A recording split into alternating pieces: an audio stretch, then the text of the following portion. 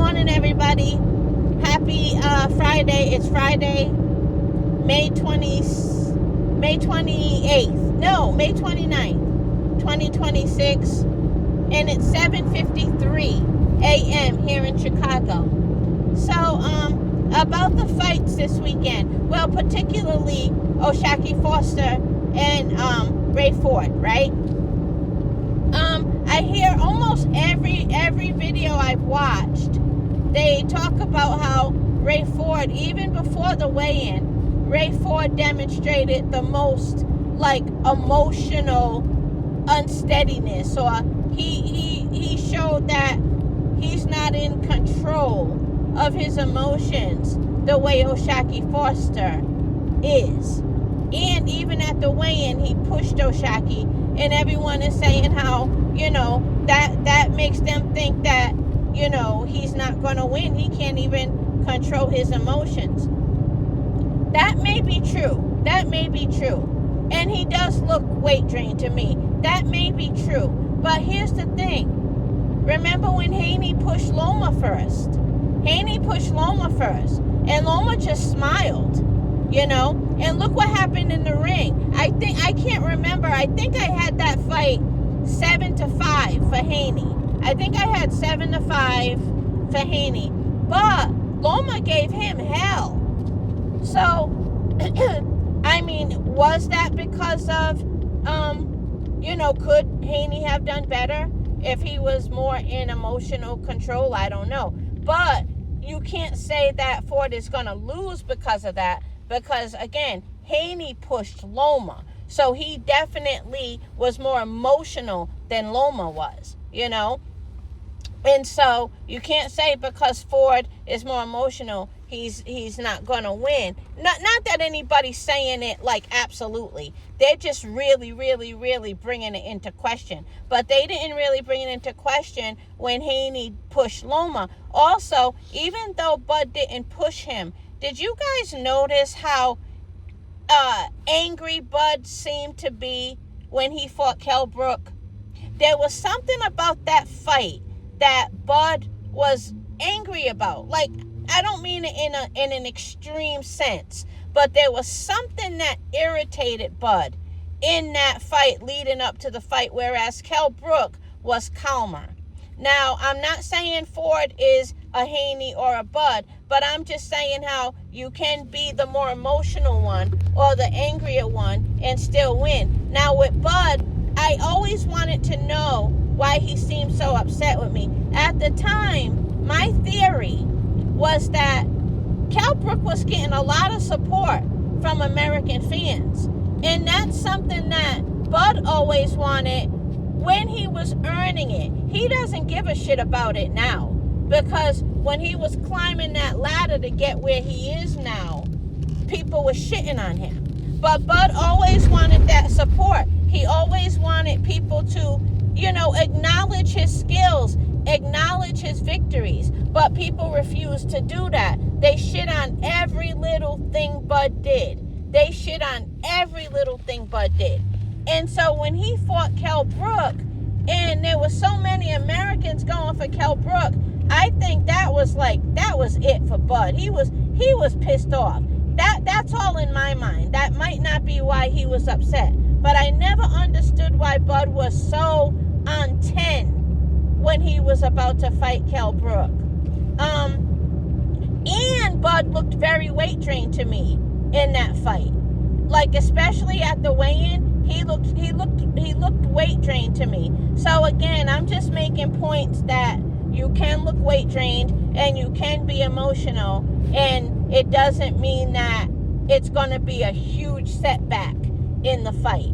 I just wanted to make that point. Now, I did not know that Ford was training with Shakur, and I'm kind of glad I didn't know, because then people can't say that's why I'm so pro Ford, because I didn't even know he knew Shakur. But it makes sense now because they're both from Jersey. One's from Camden and one's from Brick City. But Shakur is from Brick City and Ford is from Camden, according to what it says. Now, the reason why I really like Ford is because he was with Coach Anthony when he fought Ball.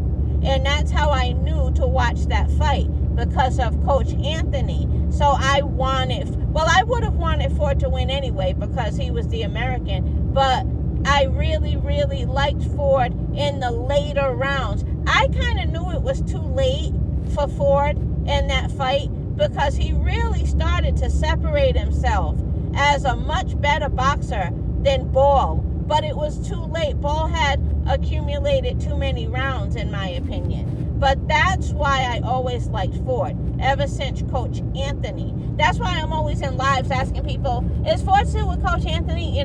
But I didn't even know he worked with Shakur. So nobody could say that's why I like him. But that's going to make me like him even more because I'm a Shakur fan, But another thing I wanted to say is that I really like OSHAKIE Foster. So it's a win-win for me. It's a win-win. No matter who wins, I'm going to be happy. Now, there's a small part of me that wants Ford to win, but the thing is, it benefits me if OSHAKIE Foster wins, because you know what's going to go down if Foster wins. And I promise you guys, Shakur would never duck him. Shakur would fight Foster. He would.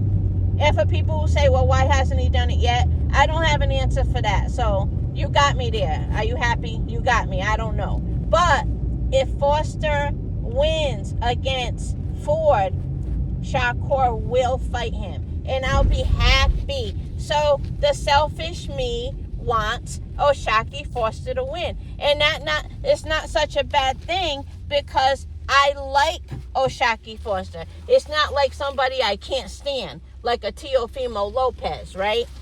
So, I hate to do that to you, Ford, but I want OSHAKIE to win so that we can see oh my God, if Foster and Shakur fight, I'm going to that fight. I am going to that fight. But, I guess that's it. Best of luck to you, Ford. I really, as they say, I really fucks with you. But it's business, not personal, that I want Foster to win, because I want to see Shakur versus Foster. Foster, don't fuck this up. And you know what? That's not even to say that they still can't fight just because Foster loses. They can still fight, and it'll still be an extremely competitive fight because it's all based on style. So I guess I could still want Ford to win, but I like Foster too. So it's one half dozen or the other with me. You know what I mean? But that's all I wanted to say. For all you Ford fans, don't let the people, saying his emotional setbacks is why he's going to lose. Because plenty, there are tons of examples. I only gave 2.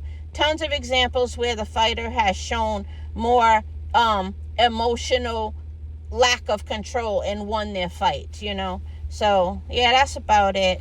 I'm excited. I'm excited about this fight. Did you guys see Teofimo Lopez training with Floyd? Unfucking believable. But then again, you know what? We're saying it's unbelievable. Unbelievable. Did you hear me? We're saying it's unbelievable, but it's actually typical. It's actually typical. So that's all I got to say to that.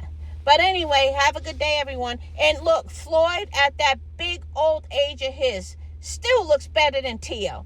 Oh, my God. Anyway, all right, got to go. And when I say looks better, I mean as far as how he looks training and how he looks showing Teo, what to do. Unbelievable. Teo's such a loser, but typical. All right, have a good one.